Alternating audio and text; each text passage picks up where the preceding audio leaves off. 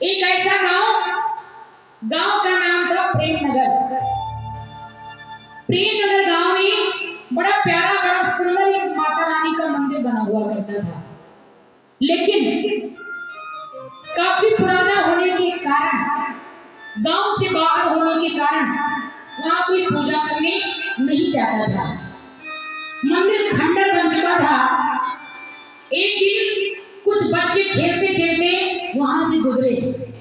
एक छोटी सी लड़की जिसकी उम्र रही होगी 11 वर्ष की, वो कहने लगी चलो इस मंदिर में देखते हैं क्या है।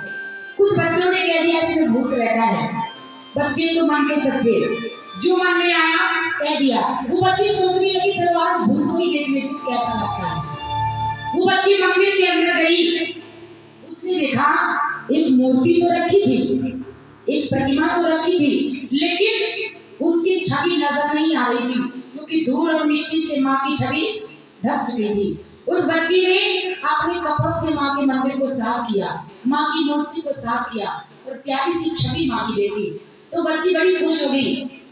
माँ की बड़ी कृपा थी उस बच्ची पर। वो बच्ची जब घर गई, रात में माँ ने उसे स्वप्न में कहा बेटी अब तू रोज मेरे मंदिर आया कर और मेरी पूजा किया कर।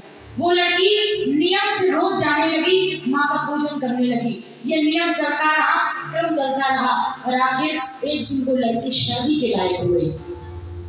माँ की ऐसी कृपा थी कि वो बच्ची इतनी सुंदर थी, जो भी उसे देखता था बस देखता ही रह जाता था, मानो माँ का ही कोई दूसरा रूप हो, मानो आसमान से उतर कर कोई अप्सरा जमीन पर आई हो, इतनी सुंदर थी।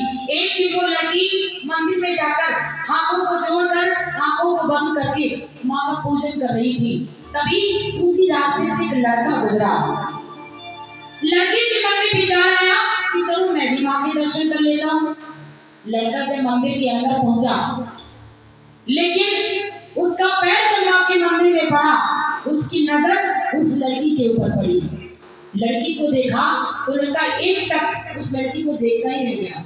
कहने लगा माँ ये कैसा चमत्कार है, या तेरा ही कोई अवतार है या फिर तेरी ही कोई चमत्कार है। और माँ अगर ये सत्य है तो अब तू मेरी मुराद पूरी करेगी। ये दूसरा कदम मेरा कभी तेरे मंदिर में आएगा। और उसने बड़ा हुआ कदम भी पीछे खींच लिया और कहने लगा माँ अब तू जब मेरी मुराद पूरी कर देगी तब मैं जोरे से तेरे दरबार में आऊंगा। उस लड़की को देखकर उस लड़की ने माँ से कहा